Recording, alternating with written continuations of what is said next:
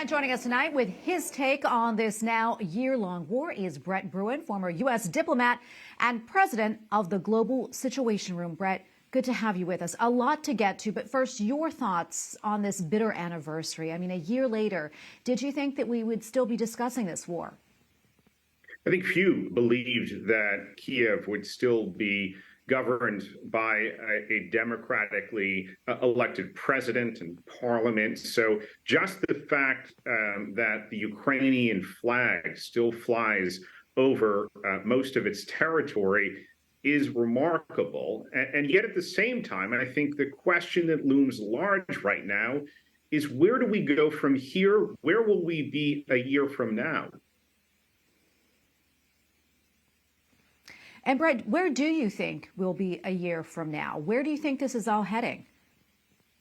Well, I think there are a couple different scenarios. If the U.S. and our allies continue to increase support, and we also develop a more coordinated plan with Ukrainians and amongst ourselves, I think we actually stand a pretty decent chance of continuing to push the Russians back towards their border.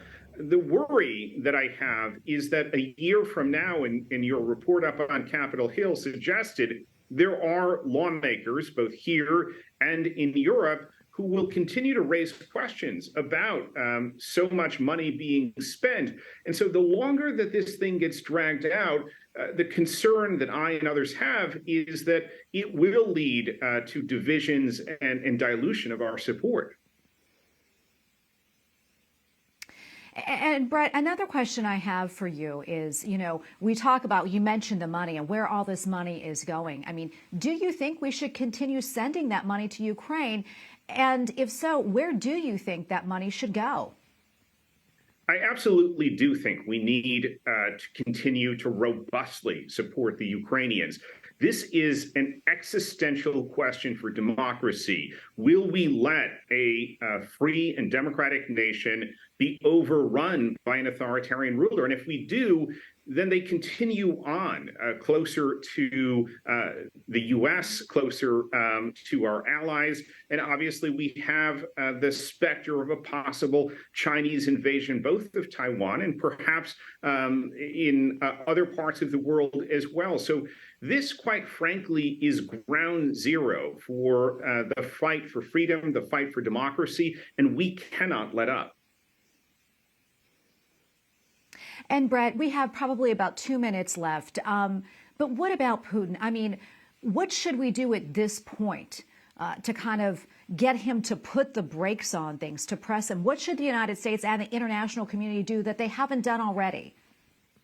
I think we need to develop a pressure strategy. Up until now, I think we've kept the gloves on when it comes to Putin, but it's time that we start to put more political pressure on him, increasing, I call it an information invasion of Russia, where we allow the Russian people to have access to more information, more transparency, both about what's happening in Ukraine, but also what's taking place behind closed doors in the Kremlin, the corruption, the mismanagement.